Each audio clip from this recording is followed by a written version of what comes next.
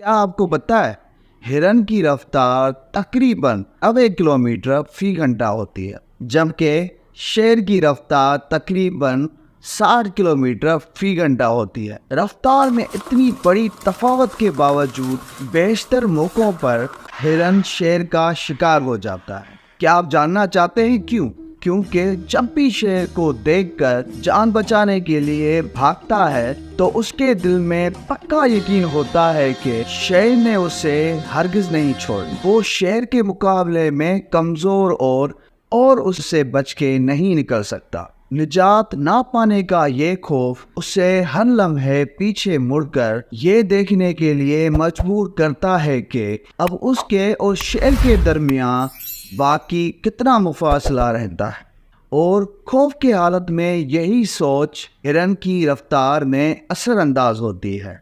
बस इसी इसना में शेर करीब आकर उसे दबोच कर अपना निवाला बना देता है। अगर हिरन पीछे मुड़ कर देखने पर अपनी इस आदत पर काबू पा ले तो कभी भी शेर का शिकार नहीं बन पाएगा। और अगर हिरन को अपनी इस सलाहियत पर यकीन आ जाए कि उसकी कुव्वत उसके बरक रफ्तारी में छुपी हुई है, बल्कि ऐसे ही जैसे शेर की कुव्वत उसके हुजूम और ताकत में छुपी हुई है, तो वो हमेशा शेर से निजात पा लिया करेगा। बस कुछ ऐसे ही हम इंसानों की फितरत बन जाती है कि हम हर लम्हे पीछे मुड़ कर अपने माजी को तकते और खरीदते रहते, जो कुछ और नहीं बल्कि हमें सिर्फ डसता रहता है, हमारे हिम्मतों को पस्त, तबीयतों को मुजमहल और रवैयों को अफसरदा करता रहता है।